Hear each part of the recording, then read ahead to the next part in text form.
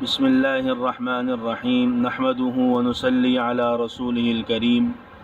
اما بعد فاعوذ باللہ من الشیطان الرجیم بسم اللہ الرحمن الرحیم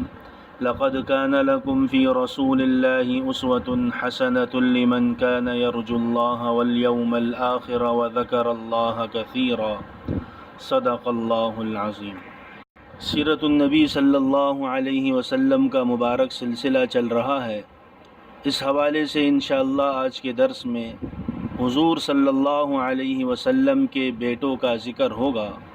اور اس ضمن میں انشاءاللہ 4 باتیں ذکر کی جائیں گی۔ پہلی بات آپ صلی اللہ علیہ وسلم کی کل اولاد، دوسری بات حضرت خدیجۃ الکبریٰ رضی اللہ تعالی عنہا سے کتنی اولاد ہوئی، تیسری بات آپ صلی اللہ علیہ وسلم کے بیٹوں کا مختصر ذکر، چوتھی بات آج کے درس سے حاصل ہونے والے اسباق۔ گزشتہ درس کے اندر اس بات کو ذکر کیا گیا کہ آپ صلی اللہ علیہ وسلم کی عمر مبارک جب 25 سال ہوئی تو آپ صلی اللہ علیہ وسلم کا حضرت خدیجۃ الکبریٰ رضی اللہ تعالی عنہا سے نکاح ہوا۔ آپ صلی اللہ علیہ وسلم کی جب تک یہ زوجہ مطہرہ حیات رہی تو آپ صلی اللہ علیہ وسلم نے دوسرا نکاح نہیں فرمایا۔ اب آج کے درس کی پہلی بات کی طرف آتے ہیں۔ آپ صلی اللہ علیہ وسلم کی کل اولاد کتنی ہے؟ تو آپ صلی اللہ علیہ وسلم کی اولاد تعداد کے اعتبار سے 7 ہیں، جس میں 3 بیٹے اور 4 بیٹیاں شامل ہیں۔ دوسری بات، حضرت خدیجۃ الکبریٰ رضی اللہ تعالی عنہا سے آپ کی کتنی اولاد ہوئی؟ تو حضرت خدیجۃ الکبریٰ رضی اللہ تعالی عنہا سے آپ کی 6 اولاد ہوئی، جن میں 2 بیٹے اور 4 بیٹیاں ہیں۔ قاسم، عبداللہ رضی اللہ تعالی عنہما، اور 4 بیٹیاں زینب، رقیہ، ام کلثوم، فاطمۃ الزہراء رضی اللہ تعالی عنہن۔ تیسری بات، آپ صلی اللہ علیہ وسلم کے بیٹوں کے نام اور ان کی زندگی کا مختصر ذکر۔ آپ صلی اللہ علیہ وسلم کی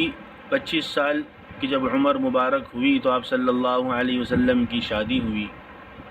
اور جب 27 سال آپ کی عمر مبارک ہوئی تو اللہ رب العزت نے آپ کو بیٹا عطا فرمایا، جس کا نام آپ صلی اللہ علیہ وسلم نے قاسم رکھا، اور جس کی نسبت سے آپ صلی اللہ علیہ وسلم کی کنیت ابو القاسم مشہور ہے۔ عرب میں کنیت بڑی قابل فخر سمجھی جاتی تھی، اور اکثر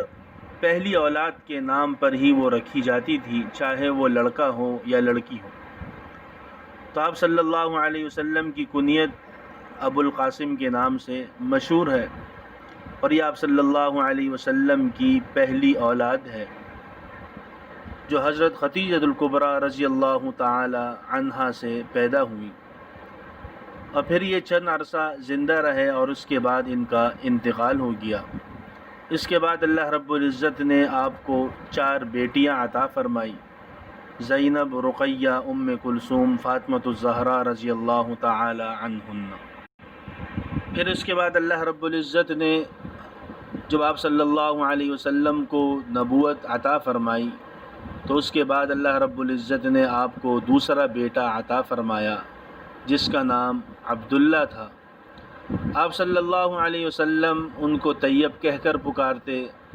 اور حضرت خدیجۃ الکبریٰ رضی اللہ تعالی عنہا ان کو طاہر کہہ کر پکارتی۔ اور بعض لوگوں کو اس سے غلط فہمی ہوئی کہ وہ کہتے ہیں شاید آپ صلی اللہ علیہ وسلم کے 3 بیٹے ہیں، قاسم، طیب اور طاہر، حالانکہ ایسی بات نہیں ہے، بلکہ 3 بیٹے قاسم، عبداللہ اور ابراہیم رضی اللہ تعالی عنہم ہیں، اور طیب اور طاہر یہ 2 لقب ہیں حضرت عبداللہ رضی اللہ تعالی عنہ کے، جو آپ صلی اللہ علیہ وسلم کے دوسرے بیٹے ہیں، اور حضرت خدیجۃ الکبریٰ رضی اللہ تعالی عنہا کی آخری اولاد ہیں۔ ان کا انتقال بھی بچپن ہی میں ہو گیا، جب حضرت عبداللہ رضی اللہ تعالی عنہ کا انتقال ہوا تو دشمن رسول عاص بن وائل نے جب اس بات کو سنا تو کعبۃ اللہ میں قریش کی مجلس میں جا کر خوشی کا اعلان کیا اور آپ صلی اللہ علیہ وسلم کے شان اقدس میں نامناسب الفاظ استعمال کیے، ابتر کا لفظ استعمال کیا، تو اللہ رب العزت نے آپ صلی اللہ علیہ وسلم کو تسلی دیتے ہوئے سورۃ الکوثر نازل فرمائی۔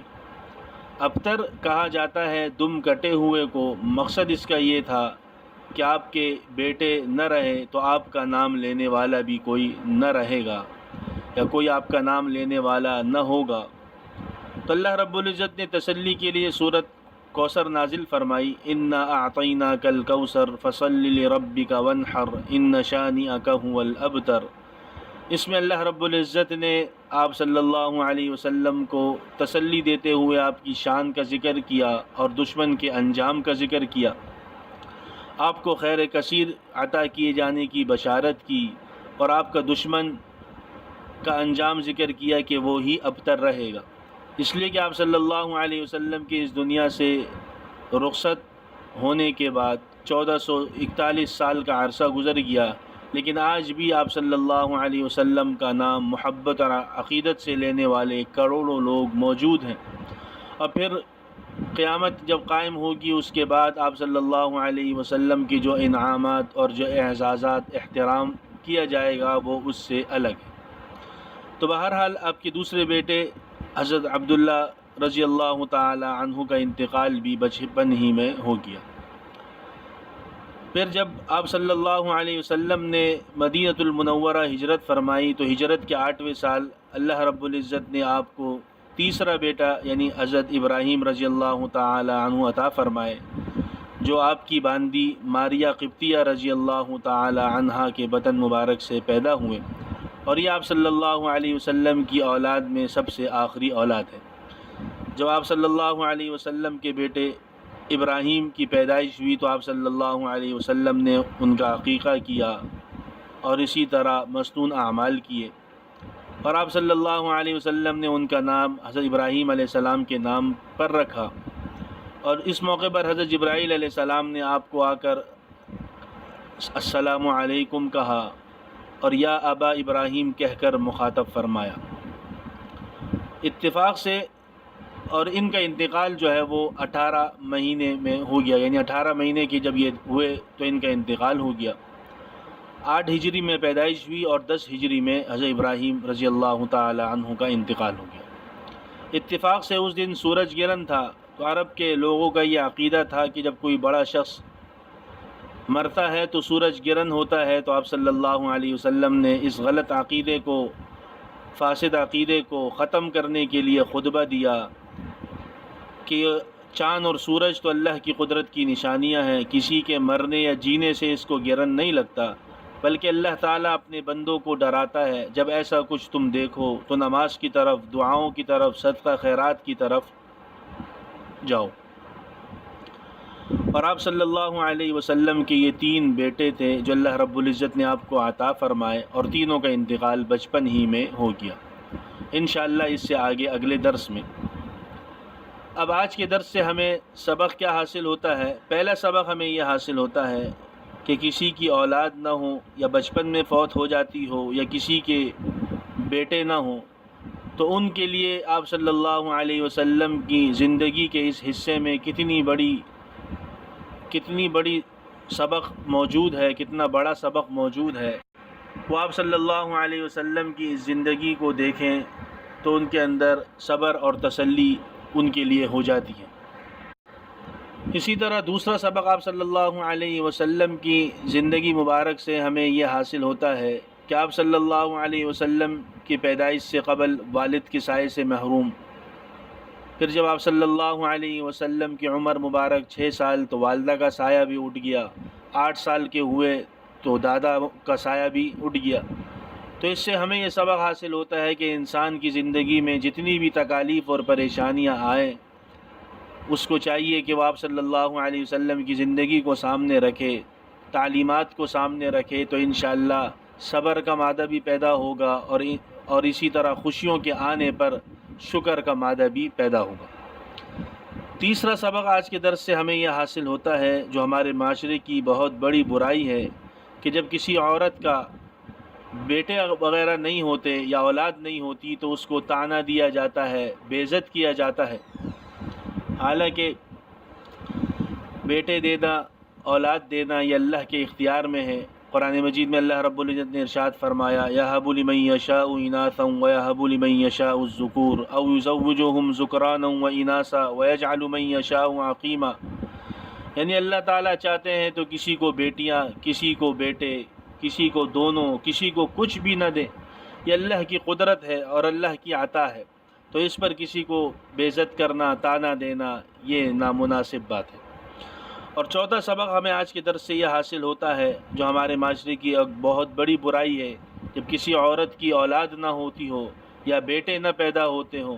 تو اس سے جدائی اختیار کرنے کی باتیں کی جاتی ہیں، حالانکہ نہ تو اس کے اندر مرد کا کوئی کمال ہے، نہ عورت کا اس کے اندر کوئی قصور ہے۔ تو ہمیں چاہیے کہ ہم آپ صلی اللہ علیہ وسلم کی سیرت کو اپنے سامنے رکھیں، آپ صلی اللہ علیہ وسلم کی سیرت کو سمجھیں اور اپنی عملی زندگیوں میں لائیں، تو اس سے ہماری دنیا بھی بہتر ہوگی اور آخرت بھی انشاءاللہ بہتر ہوگی۔ اللہ سے دعا ہے کہ اللہ رب العزت ہمیں سیرت سمجھنے کی، اس پر عمل کرنے کی، اس کو آگے پھیلانے کی اور بقیہ زندگی سنتوں کے مطابق گزارنے کی توفیق نصیب فرمائے۔ وآخر دعوانا ان الحمد للہ رب العالمین۔